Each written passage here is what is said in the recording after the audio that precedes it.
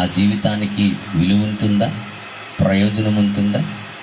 మరి అదే దేవుడు కోరేది. అందుకే మనం ఇందాక చదివిన దాంట్లో యోబు పత్రికలో మనం చదివినప్పుడు ఆ చివరి మాటల్లో కిందకు వస్తే ఆయన మాట్లాడతారు ఏమని, పాప రహితునిలో నుండి పాప సహితునిలో నుండి పాపరహితుడు పుట్టిన ఎంత మేలు అనే మాట.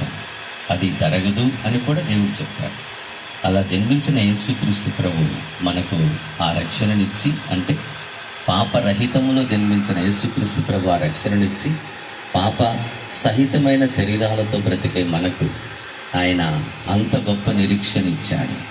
ఖచ్చితంగా క్రీస్తు ప్రభునందుండి మృతులైన వారిని మరలా మనం ఆయన వెంటబెట్టుకొని వచ్చినప్పుడు వారిని కలుసుకుంటాం. ఇంత గొప్ప నిరీక్షణ ఈ ప్రపంచంలో నిజమైన రక్షకుడైన యేసుక్రీస్తు ప్రభు తప్ప ఎవరివ్వలేదు.